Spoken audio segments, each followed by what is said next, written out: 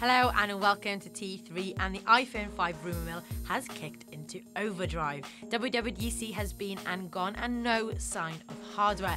But that hasn't stopped the predictions rolling in on what the next iPhone 5 will look like, when we'll see it, and what will be lurking inside. Here's our iPhone 5 rumour update video on the release date, the design, features and lineup for the iPhone 5. The one thing that's got us all guessing is when we'll actually see the phone. WWDC was penciled in, but Jobs took to the stage hardware-less, and the latest is that we'll see it in September. According to Bloomberg, the official release date will be this autumn, citing two people familiar with the project. Could we see the iPod announcement bumped for the iPhone 5?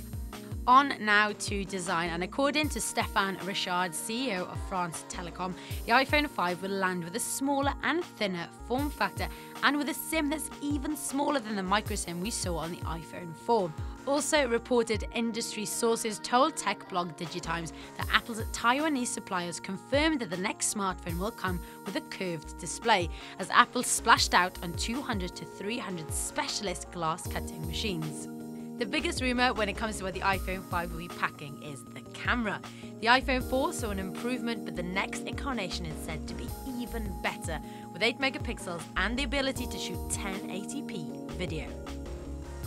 TechBlog Digitimes reported the improved camera, and also even better, the smartphone will come with a dual LED flash. The site also dropped in that the iPhone 5 will come sporting the same 1GHz dual-core A5 processor chip as we saw in the iPad 2.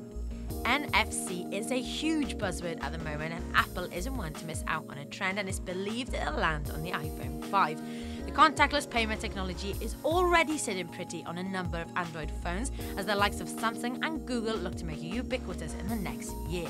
However, latest analyst reports add to the feeling that Apple won't include NFC in the iPhone 5, waiting to find out whether it takes off and becomes easier to implement before including it in future products. If you're going to put your money on anything, put it on the software the iPhone 5 will come running. As with previous iPhones, it follows the iPad, and with iOS 5 announced at WWDC, it's highly likely that this is the software the smartphone will come running. With iOS 5, you'll get iMessage take on BBM, Newsstand, iCloud reminders, as well as updates to Safari, Mail and Calendar.